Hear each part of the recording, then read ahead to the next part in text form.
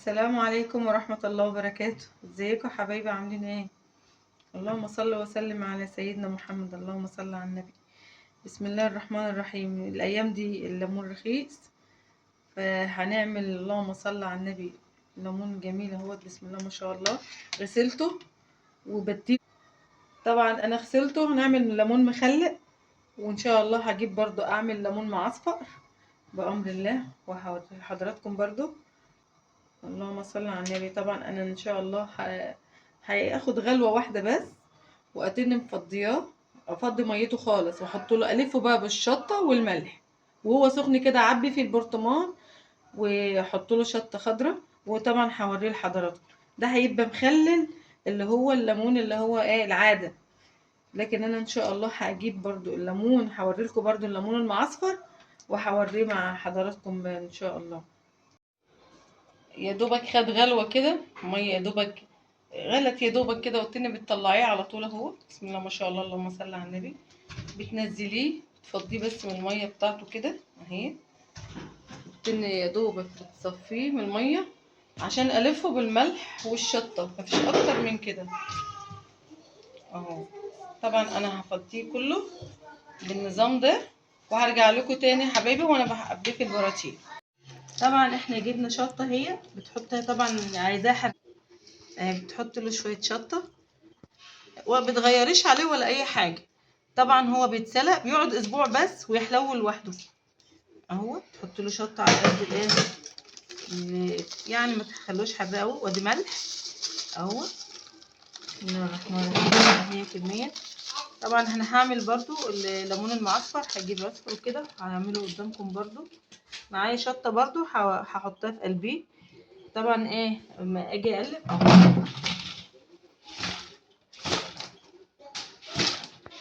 تحط له يا دوبك شويه شطه برضو اهو. بقلبه على بعضه اهو. بسم الله الرحمن الرحيم اهو. اللهم صل على النبي. وهو سخن كده، انا لسه طبعا ايه يا دوبك اديته غلوتين يا دوبك اهو. اللهم صل على النبي اهي.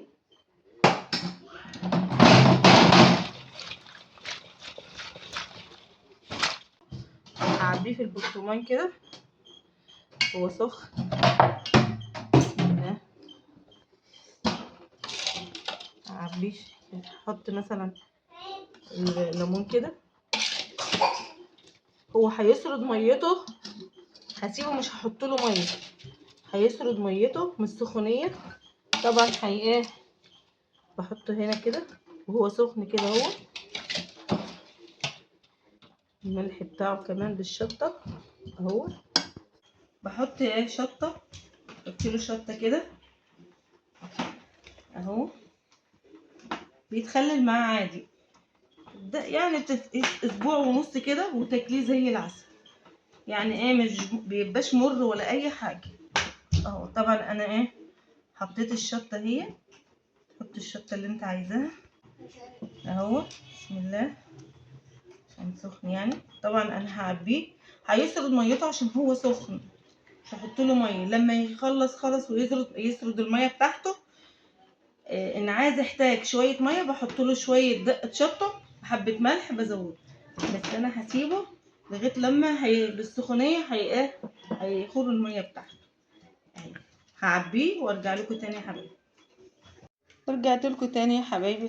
طبعا انا عملت الليمون اهوت وحطيت عليه الشطه، يا دوبك ملح وليمون بالملح يعني قصدي وشطه، ولفيته هو سخن حتى سرد الميه بتاعته اهي. ديت الميه اللي هي انسردت منه. ما حطيتلوش لسه ميه بملح بشطه ولا اي حاجه. بسيبه اللهم صل على النبي.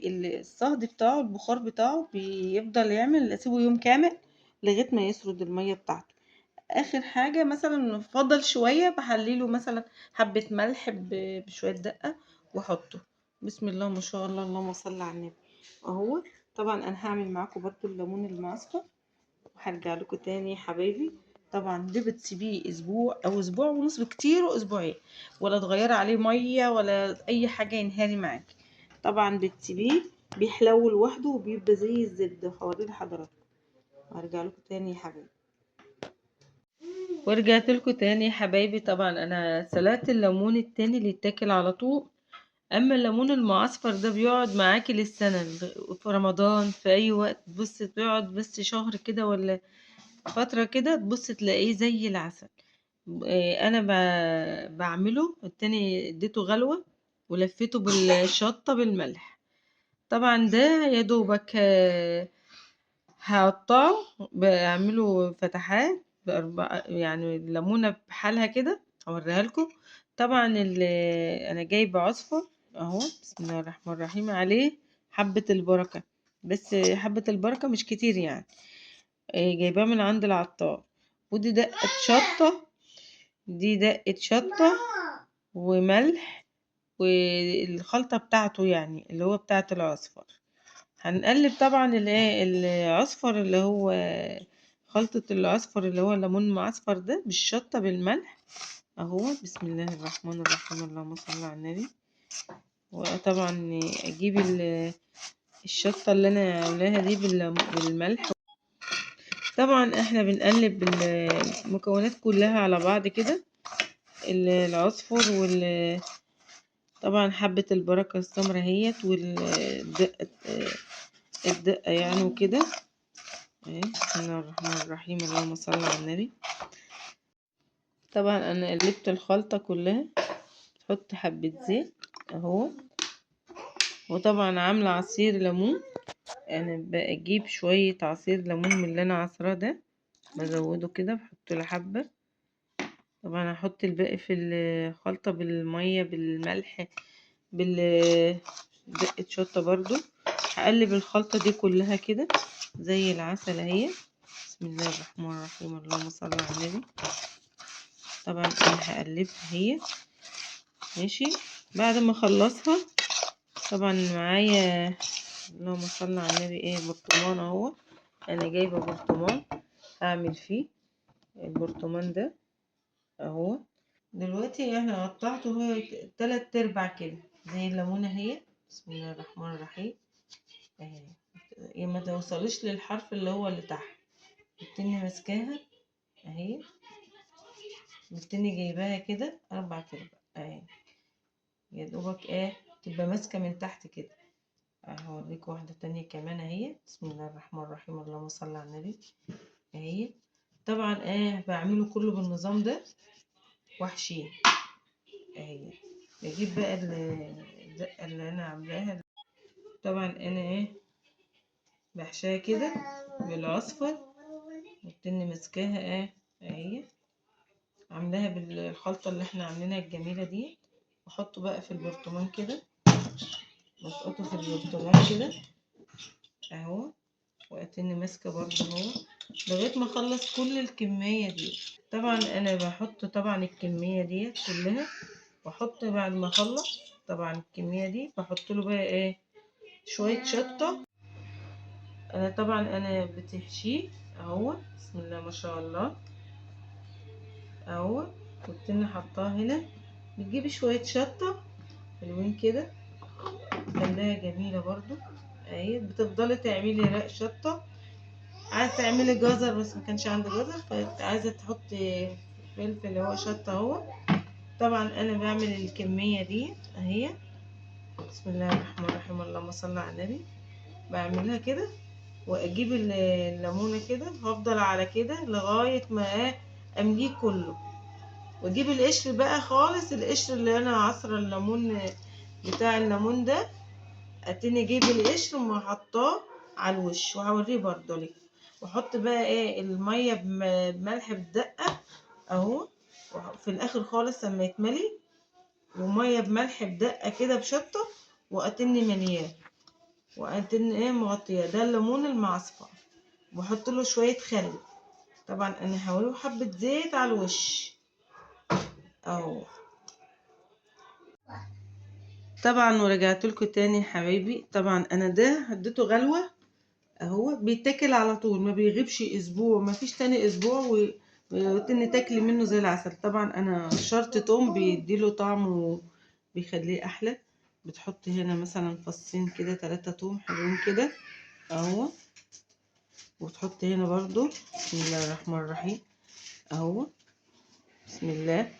طبعا احنا حطينا هنا توم، بحط بقى هنا ايه، هنا الليمون المعصفر ما اديتلوش، ما سلقتوش ولا اي حاجه، بحط له فصين هنا حلوين بقى توم كده بيطعموا. طبعا انا عملت اما عصرت الليمون، غطيت الليمون بالقشر بتاعه، وحطيت دقه اهي طبعا بالخلطه الجميله دي. هو سرد ميه، هو ده الليمون ذات نفسه هو اللي سرد الليمون ده اهو.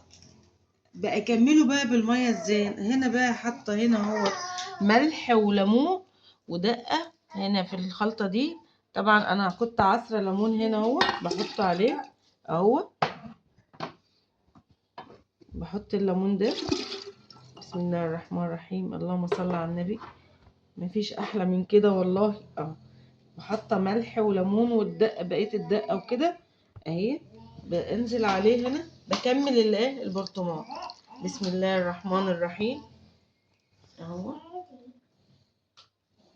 بقليه لغايه لما تبص تلاقي غطى الوش اهو.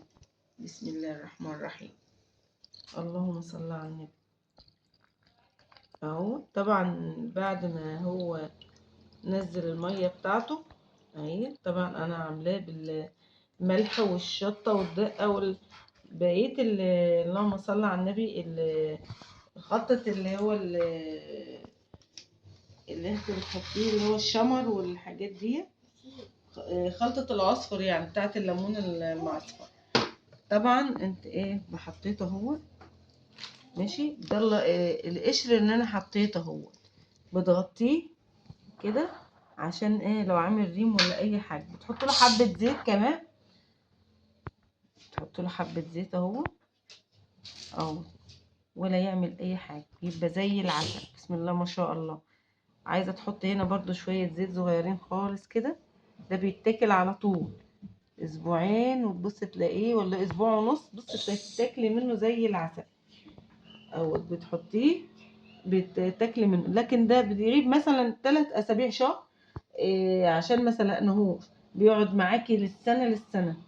وتاكلي منه بألف هنا في رمضان، تاكلي منه بألف هنا في اي وقت. وما تنسوش تشتركوا لي في القناه وتعملوا لي لايك وتفعلوا لي زر الجرس، ويا ريت يا رب كده ينول اعجابكم الفيديو. وكل سنه وحضراتكم طيبين، والسلام عليكم ورحمه الله وبركاته.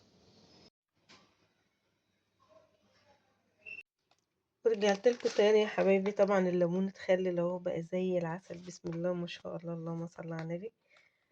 هوريهولكم طبعا ايه اهو بعد ما اتخلل. بسم الله الرحمن الرحيم.